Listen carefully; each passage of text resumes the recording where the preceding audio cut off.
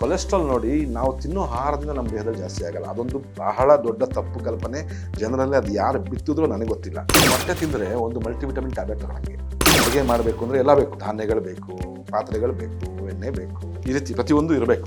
ಆವಾಗಲೇ ಒಂದು ಮನೆ ನಡೆಯೋದು. ಬರೀ ಸೌದೆ ಮಾತ್ರ ಕೊಡ್ತೀನಿ, ನೀವು ಬರೀ ಅನ್ನ ಮಾತ್ರ ಕೊಡ್ತೀನಿ ನಿಮ್ಮ ದೇಹಕ್ಕೆ. ಇರೋದ್ರಲ್ಲಿ 75-80% ಶುಗರು. ಎನರ್ಜಿಗೆ ಶುಗರ್ ಇದ್ರೆ ಸಾಕು ಅಂದ್ಕೊಂಡು ಅದನ್ನು ತಿನ್ಕೊಂಡು ಹೋಗೋ ಸಾಧ್ಯನಾ? ಎಲ್ಲದೂ ಚೆನ್ನಾಗಿ ವರ್ಕ್ ಮಾಡಬೇಕು ಅಂತ ಹೇಳಿದ್ರೆ ಈ 46 ಅವಶ್ಯಕ ಪೋಷಕಾಂಶಗಳು ಬೇಕು. ನಮ್ಮ ದೇಹದ ತೂಕಕ್ಕೆ 1 kgಗೆ 1 ಗ್ರಾಮ್ನಷ್ಟು ಪ್ರೋಟೀನ್ ಅವಶ್ಯಕತೆ ಇದೆ. ವೇಟ್ ಲಾಸ್ಗೆ one of the healthier option ಅಂದರೆ ಎಗ್ಸ್. ಆ್ಯಕ್ಚುಲಿ ಡಯಟ್ ಇದೆ. ಆ್ಯಕ್ಚುಲಿ ಕಿಟೋ ಡಯಟ್ ಅಂತೆಲ್ಲ ಹೇಳ್ತಾರಲ್ಲ, ಆ್ಯಕ್ಚುಲಿ ಹೈ ಪ್ರೋಟೀನ್ ಡಯಟ್ ಅದು.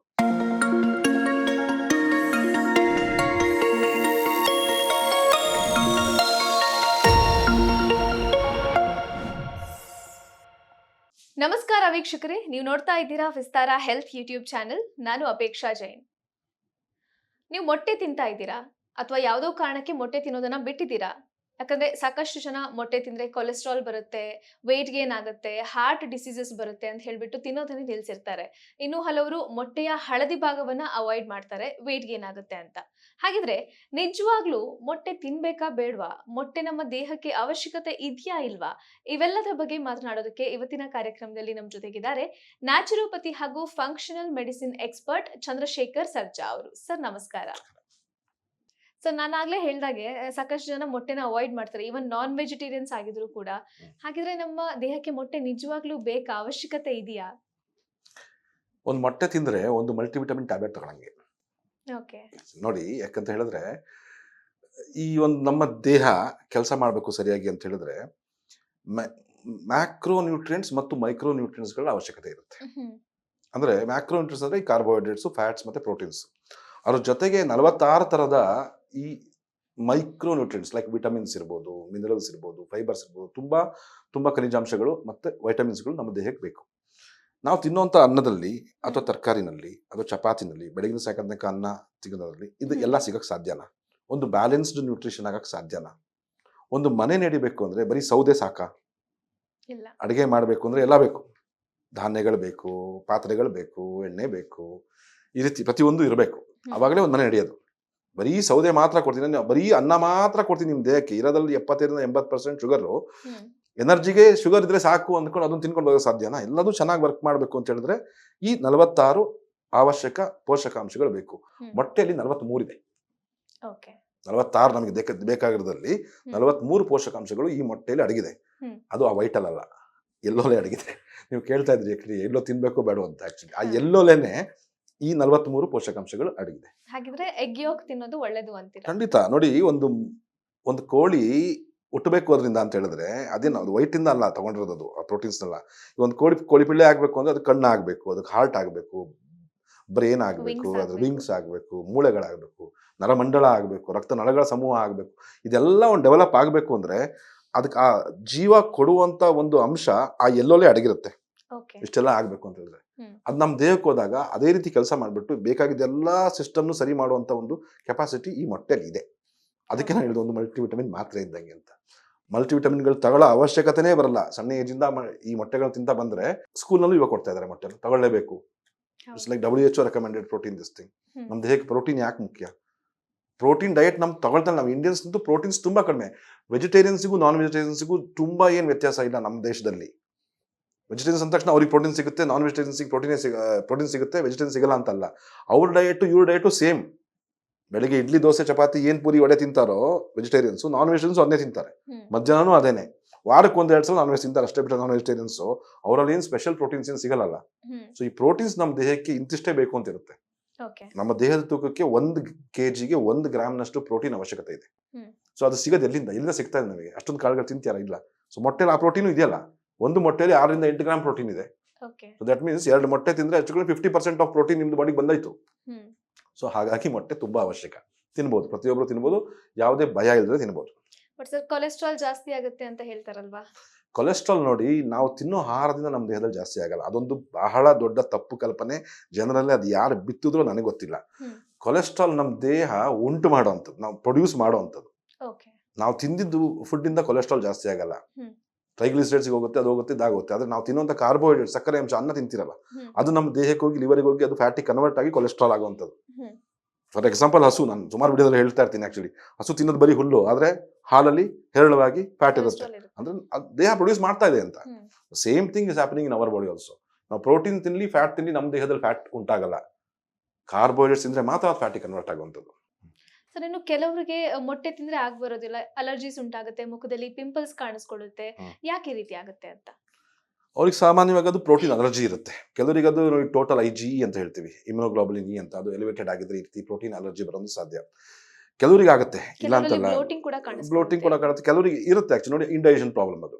ಈ ಮೊಟ್ಟೆ ತಿಂದಾಗ ಸಡನ್ ಆಗಿ ಏನಂತಾರೆ ಇಂಡೈಜೆಷನ್ ಆಗುತ್ತೆ ಅಂತ ಹೇಳ್ತಾರೆ. ನನಗೆ ಮೊಟ್ಟೆಲೆ ಕಟ್ಕೊಂಡಂಗೆ ಆಗುತ್ತೆ, ಏನೂ ಆಗಲ್ಲ, ಡೈಜೆಸ್ಟ್ ಆಗಲ್ಲ ಅಂತ.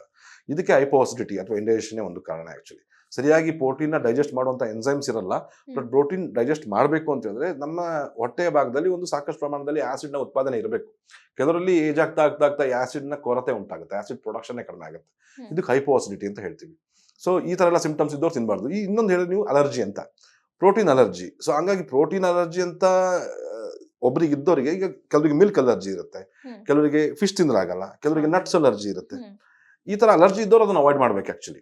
ಈಗ ಪ್ರೋಟೀನ್ ಅಲರ್ಜಿ ಇದ್ದವರು ಈ ತರ ಪ್ರೋಟೀನ್ಸ್ ನ, ಅನಿಮಲ್ ಪ್ರೋಟೀನ್ಸ್ ನ ಎಸ್ಪೆಷಲಿ ಅವಾಯ್ಡ್ ಮಾಡೋದು ಉತ್ತಮ. ಹಂಗಂತ ಈಗ ತಂದೆ ತಾಯಿಗೆ ಪ್ರೋಟೀನ್ ಅಲರ್ಜಿ ಇದೆ ಅಂತ ಹೇಳಿದ್ರೆ ಮಕ್ಕಳಿಗೂ ಕೆಲವರು ಹೆದರ್ತಾರೆ ಕೊಡಕ್ಕೆ, ಮಕ್ಕಳಿಗೂ ಬಂದಿರ್ಬೋದು ಅಂತ. ಸೊ ನಾನು ಇಂಥವ್ರಿಗೆ ಏನ್ ಹೇಳ್ತೀನಿ ಅಂತ ಹೇಳಿದ್ರೆ, ನಿಮಗೆ ಅಲರ್ಜಿ ಇರ್ಬೋದು, ನಿಮ್ಮ ಮಗನಿಗೂ ಅಥವಾ ಮಗಳಿಗೂ ಬಂದಿರಬೇಕು ಅಂತ ಏನಿಲ್ಲ. ಅವ್ರನ್ನ ಯಾಕೆ ಪ್ರೋಟೀನ್ ಡಿಫಿಷಿಯೆಂಟ್ ಮಾಡ್ತೀರಾ? ಒಂದೋ ಎರಡೋ ಕೊಟ್ಟು ನೋಡಿ, ಅಲರ್ಜಿ ಇದ್ರೆ ನಿಲ್ಸಿ, ಇಲ್ಲ ಅಂದ್ರೆ ಕಂಟಿನ್ಯೂ ಮಾಡಿ. ಸೊ ಹಾಗಾಗಿ ಏನು ತೊಂದರೆ ಏನಾಗಲ್ಲ. ಅಲರ್ಜಿ ಇದ್ದವ್ರು ಅವಾಯ್ಡ್ ಮಾಡ್ಲೇಬೇಕಾಗುತ್ತೆ. There's no other way. Sir, ಇನ್ನು ಒಬ್ಬ ಹೆಲ್ದಿ ಮನುಷ್ಯ ಒಂದು ದಿನಕ್ಕೆ ಎಷ್ಟು ಮೊಟ್ಟೆಯನ್ನ ತಿಂದ್ರೆ ಉತ್ತಮ ಅಂತ? ಇದು ಸ್ವಲ್ಪ ಕಷ್ಟ ನೋಡಿ. ಅವ್ರಿಗೆ ಬಾಡಿಗೆ ಎಷ್ಟಾಗುತ್ತೆ ಅವ್ರು ಅಡ್ಜಸ್ಟ್ ಮಾಡ್ಕೋಬೇಕು, ಅವ್ರು ನೋಡ್ಬೇಕು ಅದನ್ನ. ಆಕ್ಚುಲಿ ಪ್ರೋಟೀನ್ ಎಷ್ಟು ಬೇಕು ಅಂತ ನಾನು ಹೇಳ್ಬೋದು, ಆದ್ರೆ ಮೊಟ್ಟೆ ಎಷ್ಟು ತಿನ್ಬೇಕು ಅಂತ ಹೇಳಕ್ಕಾಗಲ್ಲ. ಯಾಕಂದ್ರೆ ಪ್ರೋಟೀನ್ಸ್ ಎಲ್ಲದರಲ್ಲೂ ಸಿಗುತ್ತೆ. ಸೊ ಒಂದು ಬೇಸಿಕ್ ಜ್ಞಾನ ಅರ್ಥ ಮಾಡ್ಕೊಳ್ಳಿ. ಇದ್ರ ಮುಖಾಂತರ ನಾನು ವೀಕ್ಷಕರಿಗೆ ಹೇಳೋದು ಅಂತ ಹೇಳಿದ್ರೆ, ನಿಮ್ಮ ಬಾಡಿಯ ತೂಕ ನೋಡ್ಕೊಳ್ಳಿ ಎಷ್ಟಿರುತ್ತೆ. ಈಗ ಸಪೋಸ್ 70 kgs ಬಾಡಿ ವೇಟ್ ಇದ್ದಾರೆ ಅನ್ನೋರಿಗೆ ಒಂದು ದಿವಸಕ್ಕೆ ಒಂದು 70 ಗ್ರಾಮ್ನಷ್ಟು ಪ್ರೋಟೀನ್ ಬೇಕಾಗುತ್ತೆ. 70 ಗ್ರಾಮ್ನಷ್ಟು ಪ್ರೋಟೀನ್ ಇದ್ರೆ ಅವ್ರ ಬಾಡಿ ಫಂಕ್ಷನ್ಸ್ ಚೆನ್ನಾಗಿರುತ್ತೆ. ಸೊ ಒಂದು ಮೊಟ್ಟೆಯಲ್ಲಿ ಒಂದು 8 ಗ್ರಾಮ್ ತನಕ ಇರುತ್ತೆ ಅಂತ ಇಟ್ಕೊಳ್ಳಿ. 2 ರಿಂದ 3 ದಿನ ಒಂದು 24 ಆಯ್ತು, ದಿನಕ್ಕೆ 24 ಆಯ್ತು. ಆದ್ರೆ ಬೇರೆ ಇದರಲ್ಲೂ ಇರುತ್ತಲ್ಲ ಪ್ರೋಟೀನ್ಸ್ ಇರುತ್ತೆ. ಈಗ ರೈಸಲ್ಲೂ 6 to 8% ಇರುತ್ತೆ, ವೀಟ್ ನಲ್ಲಿ 11% ಇರುತ್ತೆ, ಗೋಧಿನಲ್ಲಿ, ರಾಗಿನಲ್ಲಿ ಇನ್ನೊಂದು ಸ್ವಲ್ಪ ಜಾಸ್ತಿ ಇರುತ್ತೆ. ಸೊ ಪ್ರೋಟೀನ್ಸ್ ಅಂದ್ರೆ ಅಷ್ಟು. ಸೋಯಾಬೀನ್ಸ್ ಅಲ್ಲಿ, ವೆಜಿಟೇರಿಯನ್ ಸೋರ್ಸಸ್ ಅಲ್ಲಿ ತುಂಬಾ ಇರುತ್ತೆ. ಪನೀರ್ ಇರ್ಬೋದು, ಮಿಲ್ಕ್ ಇರ್ಬೋದು, ಬಟರ್ ಇರ್ಬೋದು, ಇದೆಲ್ಲದಲ್ಲೂ ಕೂಡ ಪ್ರೋಟೀನ್ಸ್ ಇರುತ್ತೆ. ಸೊ ಹಾಗಾಗಿ ಓವರ್ ಆಲ್ ತಗೊಂಡಾಗ ನಿಮ್ ದೇಹಕ್ಕೆ ಬೇಕಾಗುತ್ತೆ. ಸಪೋಸ್ ಜಿಮ್ ಮಾಡೋದ್ರಲ್ಲಿ ಕೆಲವರಿಗೆ 100 ಗ್ರಾಮ್ಸ್ ತನಕ ಬೇಕಾಗುತ್ತೆ. ಅವ್ರ ಬಾಡಿಗಿಂತ ಒಂದು ವೇಟ್ಗಿಂತ ಒಂದು 30 to 45% ಎಕ್ಸ್ಟ್ರಾ ಬೇಕಾಗುತ್ತೆ, ಯಾಕಂದ್ರೆ ಮಸಲ್ ಗ್ರೋತ್ ಆಗ್ಬೇಕಲ್ಲ. ಸೊ ಅಂಥವ್ರು ಜಾಸ್ತಿ. ಸೊ ಇಟ್ ರಿಕ್ವೈರ್ಸ್ ನೀಟ್ ಒಬ್ಬರಿಂದ ಒಬ್ಬರಿಗೆ. ಈ ಮಕ್ಕಳಲ್ಲಾದ್ರೆ ಒಂದು ಸಾಕು. ಈಗ ನಾರ್ಮಲಿ ಒಂದು ಅಪ್ ಟು 12 ಇಯರ್ಸ್ ತನಕ ಇರೋ ಮಕ್ಕಳಿಗೆ 1 ರಿಂದ 2 ಮ್ಯಾಕ್ಸಿಮಮ್. ಮತ್ತೆ ಇನ್ನೊಂದು ಎಲ್ಲೋ ಅಂದ್ರೆ ತುಂಬಾ ಜಾಸ್ತಿ ಬ್ಲೋಟಿಂಗ್ ಆಗುತ್ತೆ ಅಂದ್ರೆ 2 ಮೊಟ್ಟೆ ತಿನ್ನೋರು 1 ಎಲ್ಲೋ ತಿನ್ನಿ, 1 ಎಲ್ಲೋ ಬೇಕಾದ್ರೆ ಬಿಸಾಕ್ಬೋದು, ಆ ತರ ಮಾಡ್ಬೋದು ಬೇಕಾದ್ರೆ, ಅದೇನು ತೊಂದರೆ ಇಲ್ಲ. ಈ ಜಿಮ್ ಮಾಡೋರಲ್ಲೂ ಕೂಡ ಹಂಗೆ. ಅವ್ರು ಏನ್ ಮಾಡ್ತಾರೆ ಅಂತ ಹೇಳಿದ್ರೆ ಬರೀ ವೈಟ್ ಮಾತ್ರ ತಿಂತಾ ಇರ್ತಾರೆ, ಬಿಸಾಕ್ತಾ ಇರ್ತಾರೆ. ಸೊ ಅಂತವ್ರು ಏನ್ ಮಾಡ್ಬೇಕು, 5 ರಿಂದ ಅವ್ರು 8 ರಿಂದ 10 ಮೊಟ್ಟೆ ತಿಂತಾರೆ. ಅಟ್ಲೀಸ್ಟ್ 2 ಎಗ್ ಎಲ್ಲೋ ಸೇರಿಸ್ತೀನಿ ನಾನು ಹೇಳ್ತೀನಿ. ಯಾಕಂದ್ರೆ ಈ ಪ್ರೋಟೀನ್ ಡೈಜೆಸ್ಟ್ ಆಗ್ಬೇಕಲ್ಲ, ಅದಕ್ಕೆ ಬೇಕಾಗಿರೋಂಥದ್ದನ್ನ ಆ ಎಲ್ಲೋಲೆ ಅಡಗಿರುತ್ತೆ ಸರಿಯಾಗಿ. ಸೊ ಕಂಪ್ಲೀಟ್ ಆಗಿ ಡಿಸ್ಕಾರ್ಡ್ ಮಾಡ್ತಾರೆ. It's A wrong practice. So ಹಂಗಾಗಿ 1-2 ಎಲ್ಲೋನ ಯೂಸ್ ಮಾಡಿ, ಜೊತೆಗೆ ಜಾಸ್ತಿ ಬೇಕಾದ್ರೆ ಮೊಟ್ಟೆ ತಿನ್ನಿ, ಏನು ತೊಂದರೆ ಇಲ್ಲ. ಸೊ ಸಾಧಾರಣವಾಗಿ ಒಬ್ಬೊಬ್ಬರಿಗೂ ಒಂಥರ, ಯು ಹ್ಯಾವ್ ಟು ಸಿ, ನಿಮಗೆ ಎಷ್ಟು ದೇಹಕ್ಕೆ ಹೋಗುತ್ತೋ ಅಷ್ಟು ತಗೊಳ್ಳಿ, ಅಂದ್ರೆ ಎಕ್ಸೀಡ್ ಮಾಡಕ್ ಹೋಗ್ಬೇಡಿ. 50% ಆಫ್ ಪ್ರೋಟೀನ್ಸ್ ಎಗ್ಸ್ ಇಂದ ಬರಲಿ, ಏನು ತೊಂದರೆ ಇಲ್ಲ. ಸರ್, ನಾನ್ ವೆಜಿಟೇರಿಯನ್ಸ್ ಏನೋ ಮೊಟ್ಟೆ ತಿಂತಾರೆ, ಇವಾಗ ಎಗಿಟೇರಿಯನ್ಸ್ ಇದಾರೆ, ಬಟ್ ತುಂಬಾ ಫಾಲೋ ಮಾಡೋರು ವೆಜಿಟೇರಿಯನಿಸಮ್ ನ ಮೊಟ್ಟೆನ ಅವಾಯ್ಡ್ ಮಾಡ್ತಾರೆ. ಸೊ ವೆಜಿಟೇರಿಯನ್ಸ್ ಯಾವ ರೀತಿ ಅವರ ಪ್ರೋಟೀನ್ ಇಂಟೇಕ್ ನ ಹೆಚ್ಚು ಮಾಡ್ಕೋಬಹುದು ಅಂತ? ವೆಜಿಟೇರಿಯನ್ಸ್ ಇವಾಗ ಸಿಟ್ಟಾಗಿರ್ತಾರೆ, ನಾನ್ ವೆಜಿಟೇರಿಯನ್ಸ್ ಸಿಗಾದ್ರೆ ಒಂದು ಮಲ್ಟಿವಿಟಮಿನ್ ಹೇಳ್ಬಿಟ್ರಿ ನಮಗಿಲ್ಲ ಅಂತ. ಆಕ್ಚುಲಿ ಮಿಲ್ಕ್, ಹಾಲು ಇದೆಯಲ್ಲ, ಹಾಲು ಮತ್ತೆ ಹಾಲಿನ ಉತ್ಪನ್ನಗಳು actually that also contains high protein, ಚೆನ್ನಾಗಿರುತ್ತೆ, ಒಳ್ಳೆ ಪ್ರೋಟೀನ್ ಇರುತ್ತೆ, ಅನಿಮಲ್ ಪ್ರೋಟೀನ್ ಅದನ್ನು. ಮತ್ತೆ ಈ ತರ ಎಲ್ಲ ಪನೀರ್ ಇರ್ಬೋದು, ಚೀಸ್ ಇರ್ಬೋದು, ಬಟರ್ ಇರ್ಬೋದು, ತುಪ್ಪ ಇರ್ಬೋದು, ಇದೆಲ್ಲ actually it's a very good source of proteins. Especially paneer is a very good source of protein. ಅದು ತಗೋಬಹುದು. ಮಶ್ರೂಮ್ಸ್ ತಗೋಬಹುದು, it's A good source of proteins. ಕೆಲವರು ಮಶ್ರೂಮ್ ತಿಂತಾರೆ, ಕೆಲವರು ತಿನ್ನಲ್ಲ, ಆದ್ರೆ mushroom is also A good source of protein. ಜೊತೆಗೆ ಈ ಸೋಯಾಬೀನ್ ಒಳ್ಳೆ ಸೋರ್ಸ್ ಆಫ್ ಪ್ರೋಟೀನು. ಕಡಲೆ ಬೀಜ ಬೇಯಿಸ್ಕೊಂಡು ತಿನ್ನೋದು it's A very good source of protein. So ಈ ನಾನ್ ವೆಜ್ ತಿಂದಲೇ ಇರೋರು ಇದರಲ್ಲಿ ಜಾಸ್ತಿ ನೋಡಿ. ಹಿಂದಿನ ಕಾಲದಲ್ಲಿ ಚೆನ್ನಾಗಿ ಕಾಳು ಗಡ್ಡಿ ಎಲ್ಲ ತಿನ್ನೋರು, ಹುರುಳಿಕಾಳು ತಿನ್ನೋರು. ಆಕ್ಚುಲಿ ಹುರುಳಿಕಾಳಿಂದ ಇದು ಡಯಾಬಿಟಿಸ್ಗೂ ತುಂಬಾ ಒಳ್ಳೇದು. ಹುರುಳಿಕಾಳು ಬೇಯಿಸ್ಕೊಂಡು ಉಸ್ಲಿ ತರ ಮಾಡ್ಕೊಂಡು ಒಗ್ಗರಣೆ ಎಲ್ಲ ಹಾಕೊಂಡು ತಿಂತಾರಲ್ಲ. ಸೊ ದಟ್ ಇಸ್ ಆಲ್ಸೋ ಪ್ರತಿಯೊಬ್ಬರ ಮನೇಲೂ ಇರೋದು. ಬೆಳಗ್ಗೆ ಮಧ್ಯಾಹ್ನ ಯಾವ್ದಾದ್ರು ಒಂದೊತ್ತು ಮಾಡೋರು, ಚೆನ್ನಾಗಿ ಕಾಳುಗಳು ತಿನ್ನೋರು. ಈ ತರ ಹಾಲು ಮೊಸರು, ಪ್ರತಿಯೊಬ್ಬರ ಮನೇಲೂ ಒಂದು ಹಸು ಇತ್ತು, ಹಾಲು ಮೊಸರು ಬೆಣ್ಣೆ ತುಪ್ಪ ಹೇರಳವಾಗಿರೋದು ಮನೆಯಲ್ಲೇ ಸಿಗ್ತಾ ಇದೆ. ಮನೆಯಲ್ಲೇ ಒಂದು ಫಾರ್ಮಸಿ ಇದ್ದಂಗೆ ಇತ್ತು. ಒಂದು ಹಸು ಇದ್ಬಿಟ್ರೆ ಒಂದು ಫಾರ್ಮಸಿ ಇದ್ದಂಗೆ. ಹೌದು. ಇವಾಗ ಹಾಲಿನ ಬಗ್ಗೆನೂ ಸ್ವಲ್ಪ ವಿರುದ್ಧವಾಗಿ ಮಾತಾಡುವಂಥದ್ದು ಒಂದು ಕಮ್ಯುನಿಟಿ ಈಗ ಬರ್ತಾ ಬರ್ತಾ ಡೆವಲಪ್ ಆಗ್ತಾ ಇದೆ. ಹೌದು. ಅವ್ರಿಗೆ ಏನ್ ಹೇಳ್ಬೇಕು ನನಗೆ ಗೊತ್ತಿಲ್ಲ. ಮೊಟ್ಟೆ ಹಾಗೂ ಪ್ರೋಟೀನ್ ಸೋರ್ಸ್ಗಳ ಕುರಿತಾಗಿ ಸಾಕಷ್ಟು ಮಾಹಿತಿಯನ್ನ ಕೊಟ್ರಿ ಸರ್, ಧನ್ಯವಾದ. ಅನುಕ್ಷಣದ ಸುದ್ದಿಗಳಿಗಾಗಿ ವಿಸ್ತಾರ ನ್ಯೂಸ್ ಯೂಟ್ಯೂಬ್ ಚಾನೆಲ್ ಸಬ್ಸ್ಕ್ರೈಬ್ ಮಾಡಿ. ಹೊಸ ಸುದ್ದಿಗಳ ನೋಟಿಫಿಕೇಶನ್ಗಾಗಿ ಬೆಲ್ ಐಕಾನ್ ಕ್ಲಿಕ್ ಮಾಡಿ.